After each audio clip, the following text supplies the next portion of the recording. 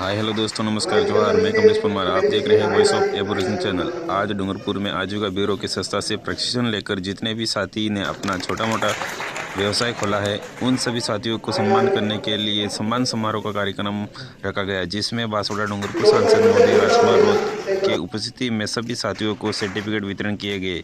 और सम्मान समारोह कार्यक्रम में सांसद राजकुमार रोत ने क्या कहा, सुनिए।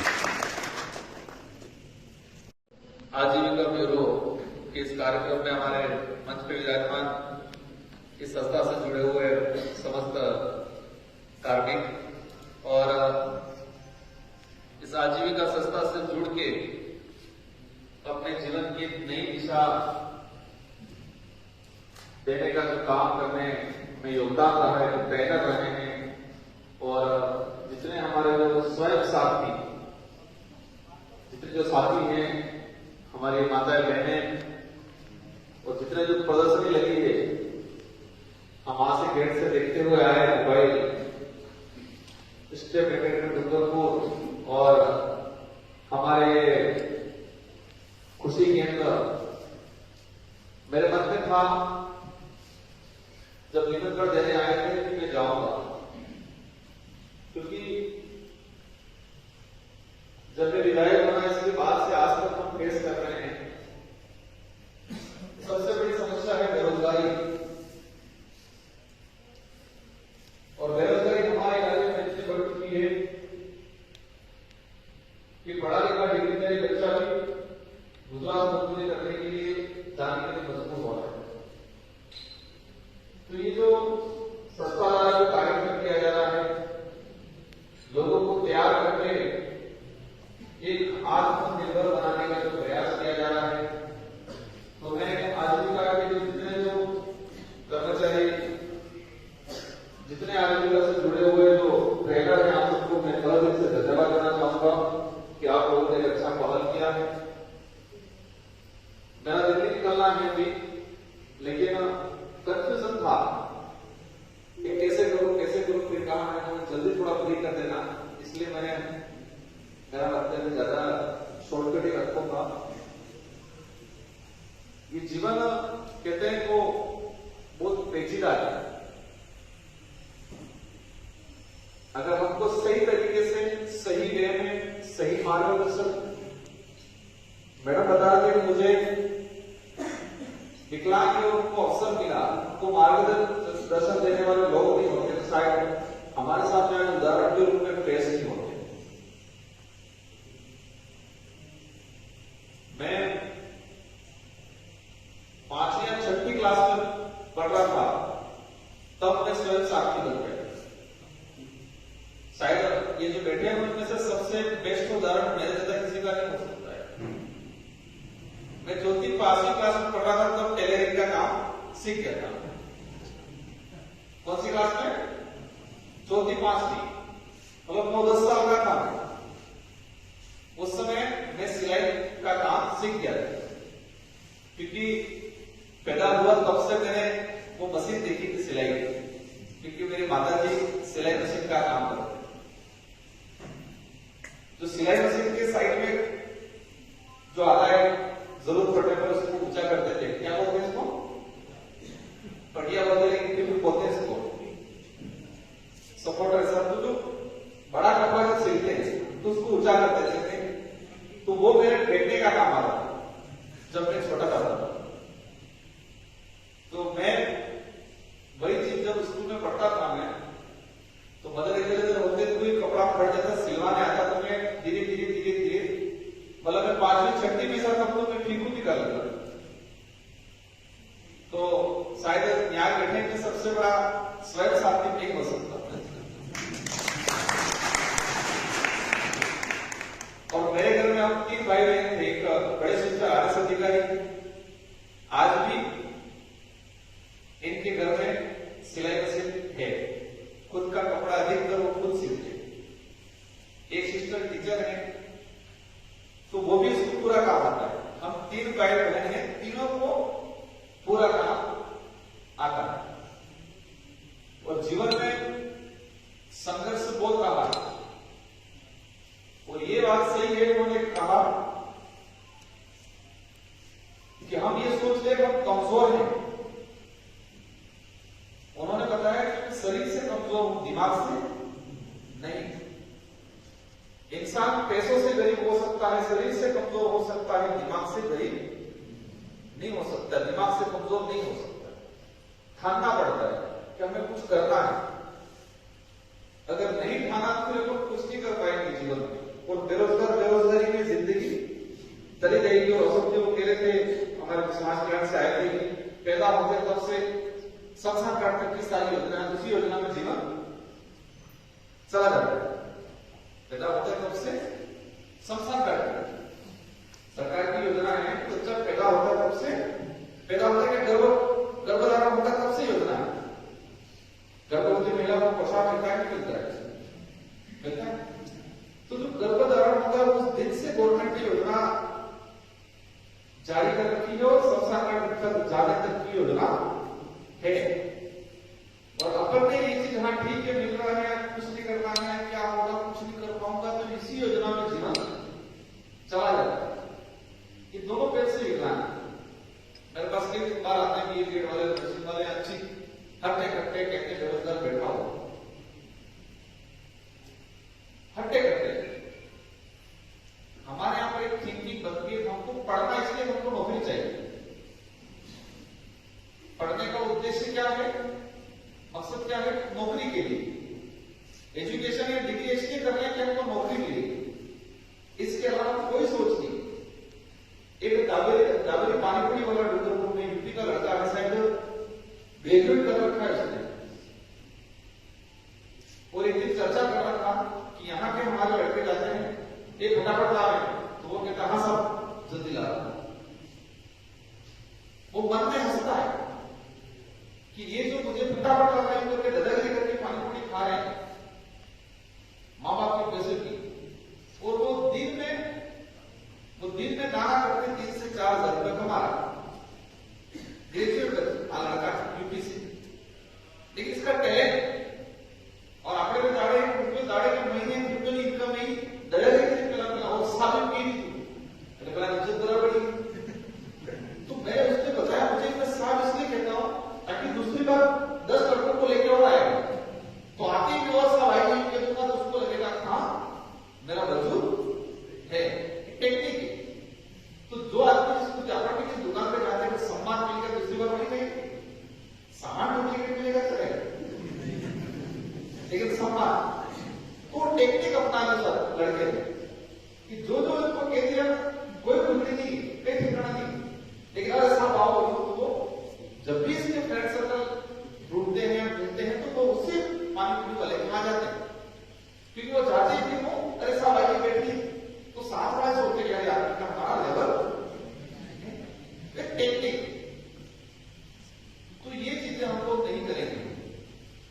खुद के हमारा देश के हम लोग लीडर हो गए ऐसे जनप्रतिनिधि, देश के बड़े बड़े जनप्रतिनिधि कैसे देश को आत्मनिर्भर बनाएंगे। ये आत्मनिर्भर कब बनेगा, इस देश का प्रत्येक व्यक्ति आत्मनिर्भर बने तो देश आत्मनिर्भर बने। और हमारी स्थिति ऐसी है कि देश की 60-70% पॉपुलेशन का कोई ठिकाना नहीं। कई परिवार ऐसे 2 वक्त की रोटी नसीब नहीं हो पाती। कई परिवार ऐसे जो मासिक इनकम 3,000-4,000 मुश्किल से हो पाए। और हमारे देश की औसतन जो इनकम 13,000 कुछ है, 93 मतलब 13,000 मासिक इनकम एक व्यक्ति की औसतन 13,000। इसमें जो महीने में 0 रुपये कमाता वो भी आ गया, महीने में 3,000 कमाता वो भी आ गया, और दिन में 1 करोड़ कमाने वाला अडानी अंबानी से लगा के अपन सब आ गए। तो देश का स्ट्रक्चर बिगड़ चुका है। कोई व्यक्ति 50 लोगों का रोजगार खत्म करके बड़ा आदमी बना, कोई व्यक्ति 50 लोगों को रोजगार देके बड़ा आदमी बना। तो मेरी नजर में, हमारी नजर में बड़ा आदमी कौन है, जो 50 लोगों को रोजगार दे रहा है और फिर बड़ा बनता है, वो बड़ा आदमी। हमारी नजर में वो बड़ा आदमी नहीं जो 50 लोगों को रोजगार खत्म करके एक टेक्निकल कुछ ला रहे हैं, जैसे कंपनी ला के या कुछ ऐसा ला के 50 का रोजगार खत्म करके पैसों से कपड़ों से बड़ा कर दिया तो वो बड़ा आदमी नहीं। और ऐसी पॉलिसी वाले या ऐसे लोग भी देश की स्थिति को खराब कर रहे हैं। तो हम वापस डूंगरपुर पे आ जाते हैं। ये जितनी जो एक्टिविटीज जो होगी बहुत सारी ऐसी चीजें हैं कि हम उत्पादन कर सकते हैं, बहुत सारी चीजें उसको अपन को पैकिंग कर सकते हैं। मैं एक दिन अहमदाबाद के अपने दोस्त के वहां तो साबरमती के अंदर वो चला रखा है कि नाव, तो मित्र के ठेका था, तो उन्होंने कहा खाना वहां खाएंगे तो मेरे को बियर की सब्जी खिलाएगी। खाना आने के पैसे उन्होंने दिए थे, 1200 रुपए का एक प्लेट था और उसमें सबसे बियर की सब्जी होती सीएल की बातें के लिए। मतलब जो पड़ोस में आया उसने बताया कि ये सबसे वीआईपी सब्जी और सीएल की बातें के लिए थी सुपर फूड। फिर मैंने बहुत अंदाज करके पूछा, मैं तो खा देखते कहता क्या सीएल की भाजी, तो उससे पूछा तो कहता पैकिंग आता है मार्केट में, कई लोग सुखाते हैं, सुखा के उसको पैकिंग करके मार्केट से बड़ी बड़ी होटलों में सप्लाई होता है। तो हमारे पास बहुत कुछ है यहाँ। इनकम क्रिएट इस भौगोलिक मतलब ये धरती से होती अनाज के रूप में, मिनरल्स के रूप में, हर प्रकार से। तो हमारा जो भौगोलिक स्ट्रक्चर है, भौगोलिक एरिया है, इसमें हर प्रकार की चीजें, खान पान की और दूसरी चीजें हर प्रकार की, टेक्निकल जो मोबाइल बाइक वाला हो ही गया। इसके अलावा भी बहुत सारी चीजें हैं जो धीरे धीरे जैसे कि हाँ मैं इसको मिल्स अब ये दिल्ली और जयपुर में रहते हैं तो कुछ मिल्स खाना पसंद करते हैं, मतलब मोटा अनाज, खामा बाजरी आगे पता दिल्ली में इसको खामो, जिसको क्या हिंदी में बोलते हैं, अच्छा सब दूसरा बोलते हैं इसको, वो 1500 रुपये ऑटो मिलता है। मैं क्या कभी कभी अंजाम करके भी दिल्ली में घूमने चला जाता हूँ आम आदमी करके, तो एक गया था तो लिखा था बोर्ड, शॉप थी ऑर्गेनिक फूड के नाम से शॉप थी, उसमें 1500 रुपये में आटा मिल रहा है। और वही 1500 रुपये आटा जो इतिहास में हमको पढ़ाया जाता है कि महाराणा प्रताप को घास की रोटी खिलाई, तो महाराणा प्रताप को घास की रोटी नहीं खिलाई, लेकिन जो इतिहासकार है वो उसमें जो होते थे भाट, जो चारा जो उनको लिखने का काम करते थे, उन्होंने देखा नहीं तो छोटा छोटा धान घास तोड़ के लाए तो उनको लगे घास मिला है, तो वही घास की रोटी को आज 1500 रुपये में इसका किलो आटा उस शॉप में मिल रहा था, ऑर्गेनिक फूड बाहर लिखा हुआ। तो मैं कुछ चीजें रिसर्च कर रहा हूँ, अपन और आजीविका के सबके साथ सहयोग से अच्छी और काम करेंगे और हमारे यहाँ के युवाओं को, हमारे यहाँ के लोगों को आत्मनिर्भर बनाएंगे। ये सिलिकोसिस वाली जो बीमारी है, भाई साथी बहुत अच्छा मेहनत कर रहे हैं। एक अपने यहाँ पर सिकल सेल नाम की और बीमारी आई और उस बीमारी आई बहुत पहले की थी, लेकिन मेरी जानकारी में साथी ने बताया और 2019 से मैं पीछे पढ़ा था, तभी शायद बहुत सारा आंकड़ा, एक अनुवांशिक बीमारी है, वो ट्राइबल नहीं है। पैसा तो कमा लिया लेकिन रिटर्न भेज कहां रहे, वो पैसा कहां जा रहा है? हमारा मैनेजमेंट बिल्कुल बिगड़ गया है। और माइक्रो फाइनेंस में गवर्नमेंट जैसे कि कई स्कीमों में लोन दे रही है, वो अभी स्कीम चल रही है शायद अम्बेडकर आदिवासी उद्यमी संस्था एक योजना चल रही है, बड़े को ध्यान हो, तो कई सारी ऐसी है वहां पर आप लोग अभी ये समूह फाइनेंस, माइक्रो फाइनेंस 25 रुपया 26% ब्याज दे रहे। हमारे लोग उस माइक्रो फाइनेंस में आप यहां से पैसा कमा के फिर वहां से फिर लोन लेके फिर वापस भरते जाओगे तो ये खत्म कर देगा। वही बैंक से लोन लेते माइक्रो फाइनेंस वाले 11% और आपको रिटर्न दे रहे हैं 25% ब्याज।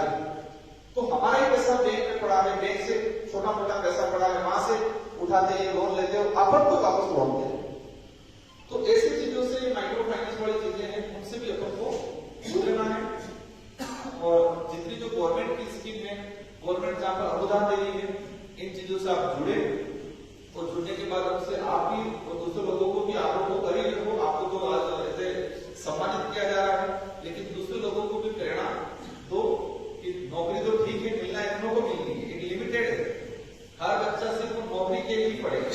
ऐसे भी उदाहरण देखे मैंने, जयपुर में एक मित्र था, वो शायद टेक्निकल में इंजीनियरिंग कर रही थी, तो 70,000 की नौकरी छोड़ के आके लारी खोल के बैठा था, फास्ट फूड की 70,000 की नौकरी, शायद बात पे एक ही नहीं होगा, लेकिन 70,000 की नौकरी छोड़ के फास्ट फूड का उसने वहां पर लारी खोली व्यवस्थित बना।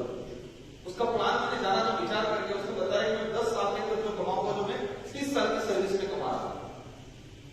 तो हमें इन छोटे छोटे उद्योगों पे जाना है, हमारे यहाँ से चीजें क्रिएट करनी है, इनका ब्रांडिंग का और मार्केटिंग का प्लेटफॉर्म हम लोग देने की बहुत जरूरी है।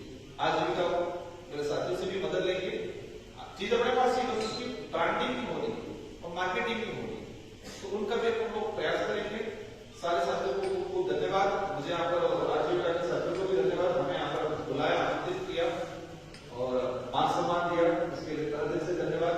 ऐसे ऐसे अनेक लोगों को आप लोग जोड़ो, हमसे भी जो भी मदद होगा हम लोग मदद करेंगे। इन्हीं शब्दों के साथ धन्यवाद, आभार, धन्यवाद, जय श्री